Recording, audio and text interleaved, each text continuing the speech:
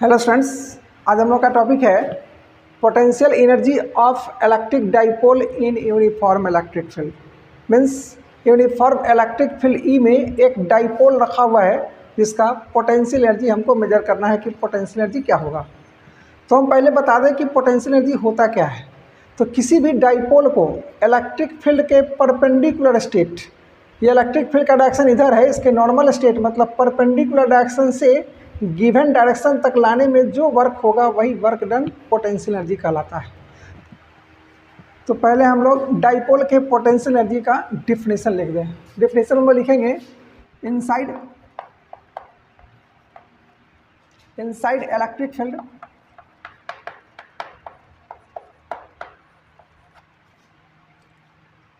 Potential energy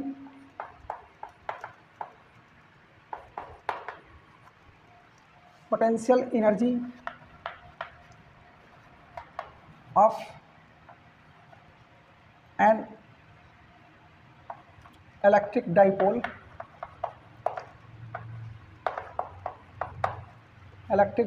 is defined as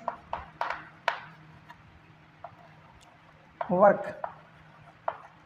done in rotating the dipole from perpendicular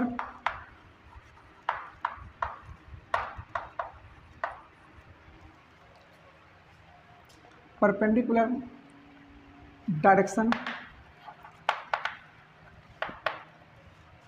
to the electric field.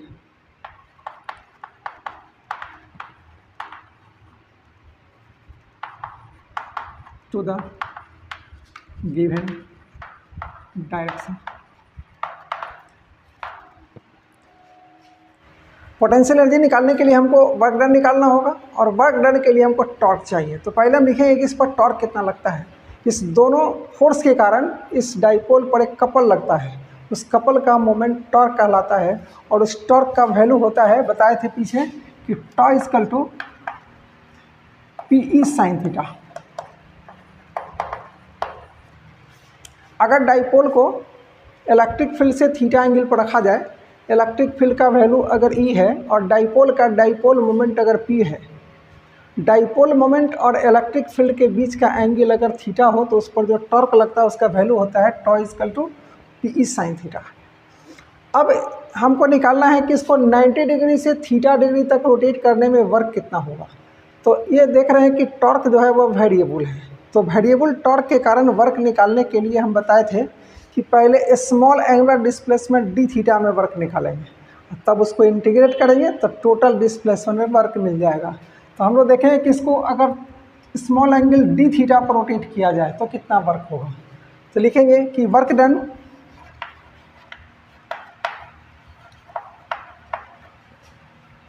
In rotating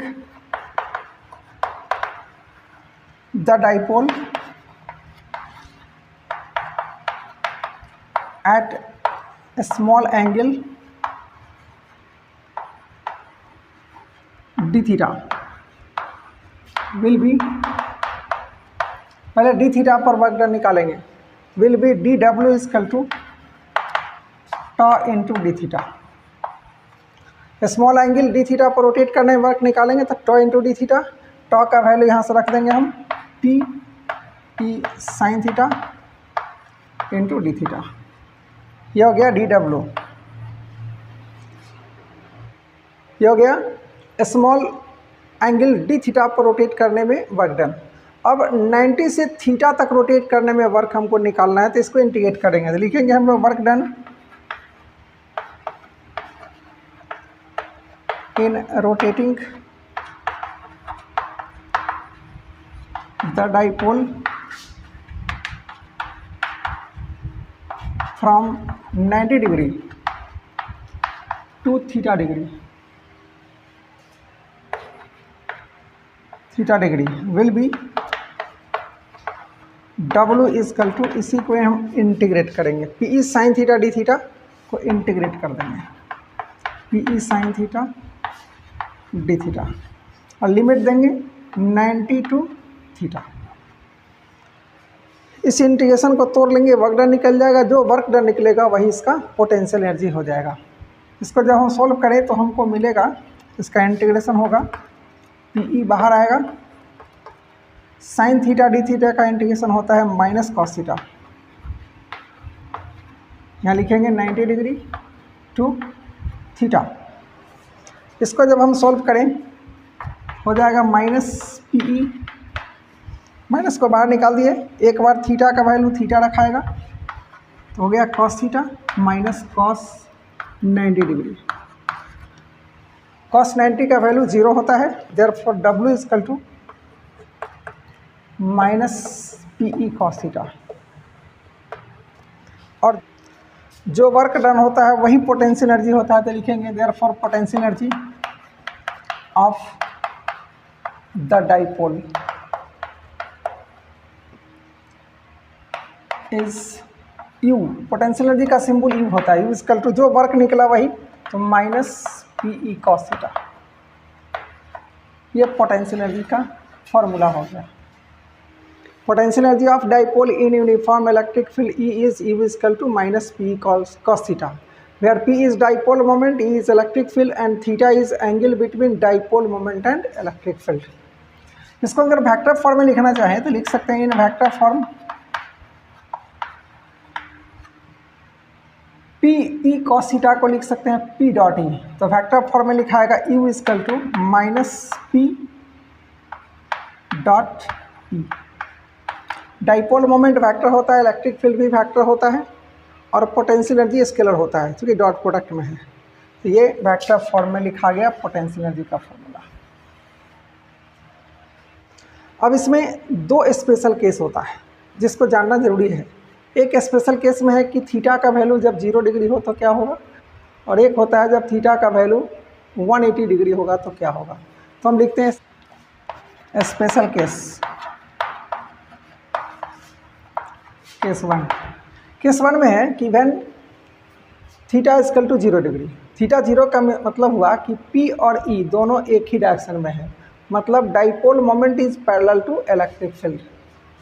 when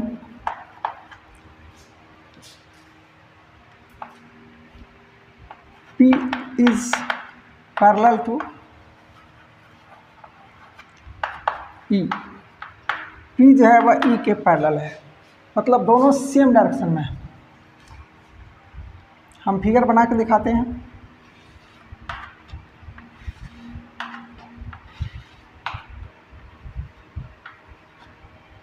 ये dipole moment हो गया, dipole moment का जो P है वह E के parallel है, ये माइनस Q और ये प्लस Q। इलेक्ट्रिक फील्ड और डाइपोल मोमेंट दोनों एक दूसरे के पैरेलल है, तो थीटा क्या होगा, थीटा इक्वल टू हो जाएगा 0 डिग्री। दोनों सेम डायरेक्शन में है तो थीटा का वैल्यू 0 हो गया, therefore U equal to minus P cos 0 degree. Cos 0 1 होता है तो U equal to minus P, और ये पोटेंशियल एनर्जी का मिनिमम वैल्यू होता है, देयरफॉर हम लिख देते हैं U minimum.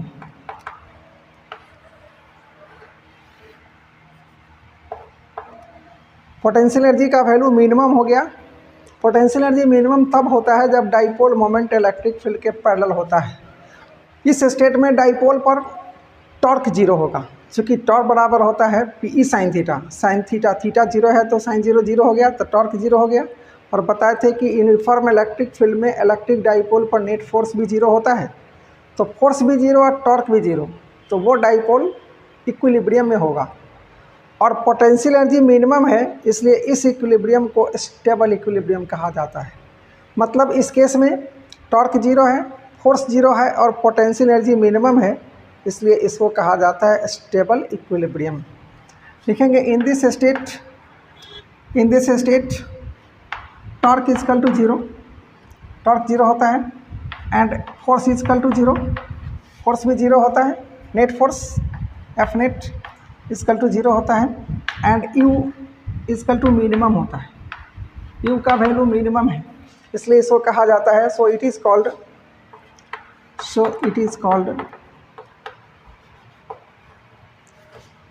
State of stable equilibrium.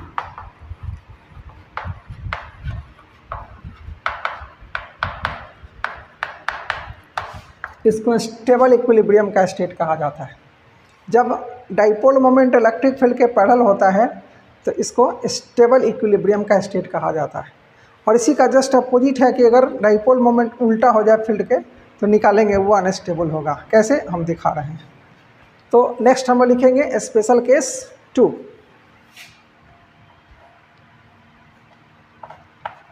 Case 2, special case 2 when P is anti parallel.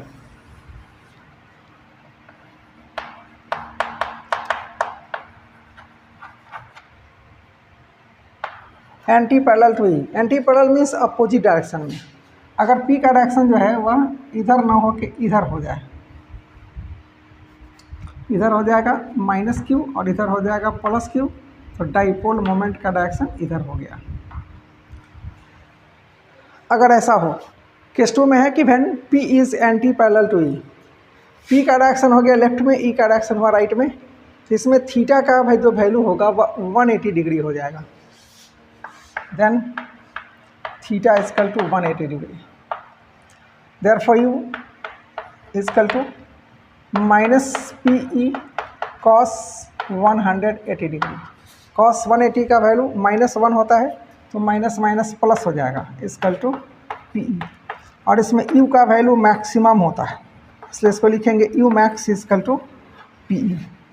ये पोटेंशियल एनर्जी का मैक्सिमम वैल्यू हुआ जब थीटा का वैल्यू 180 होगा।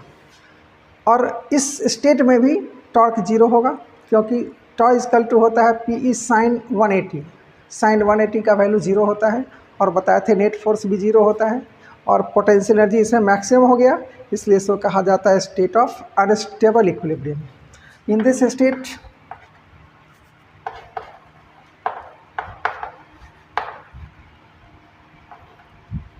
टॉ इजकल टू 0, टॉर्क का वैल्यू 0 होगा। क्यों 0 होगा, निकाल सकता है PE साइन 0,